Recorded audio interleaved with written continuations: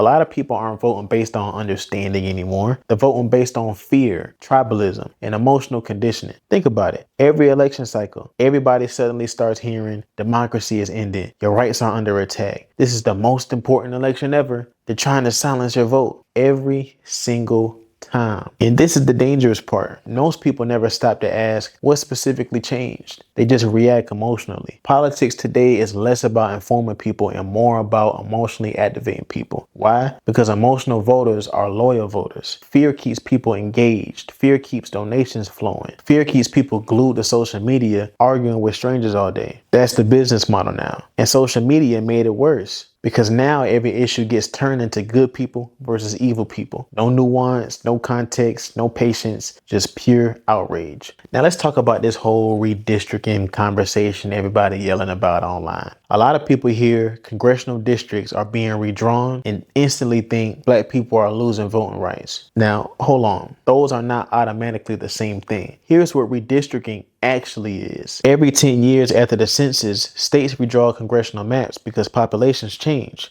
That means some districts gain people, some districts lose people. Lines get adjusted, political power shifts. Now here's where it gets all controversial. Critics argue that sometimes maps are drawn in ways that weaken the influence of certain voting groups, including black voters. Supporters argue that the maps are legal population adjustments or political strategy used by both parties. You see the difference? That's a real conversation. But social media is going to make y'all skip all that stuff and have y'all jump straight to they're stealing your rights. Think about it. There's a difference between losing the ability to vote and disagreeing how district lines are drawn. Those are not identical issues. And here's the part nobody wants to admit. Both political parties use emotional narratives to keep people loyal. One side tells you that everything is racist. The other side tells you that everything is fake outrage. Meanwhile, regular people are still struggling with rent, inflation, crime, mental health. People still have broken families, and everybody is feeling economic pressure. But instead of solving problems, everybody online is picking teams like politics is the Super Bowl. That's not critical thinking. That's emotional tribalism. And let's be honest, some people are more emotionally attached to their political identity than they are to actual facts. That's why people get so mad the second you ask questions. Because once politics becomes identity, logic starts feeling like betrayal. And social media algorithms love that. Why? Because outrage gets engagement. A calm breakdown of policy is always going to get ignored. But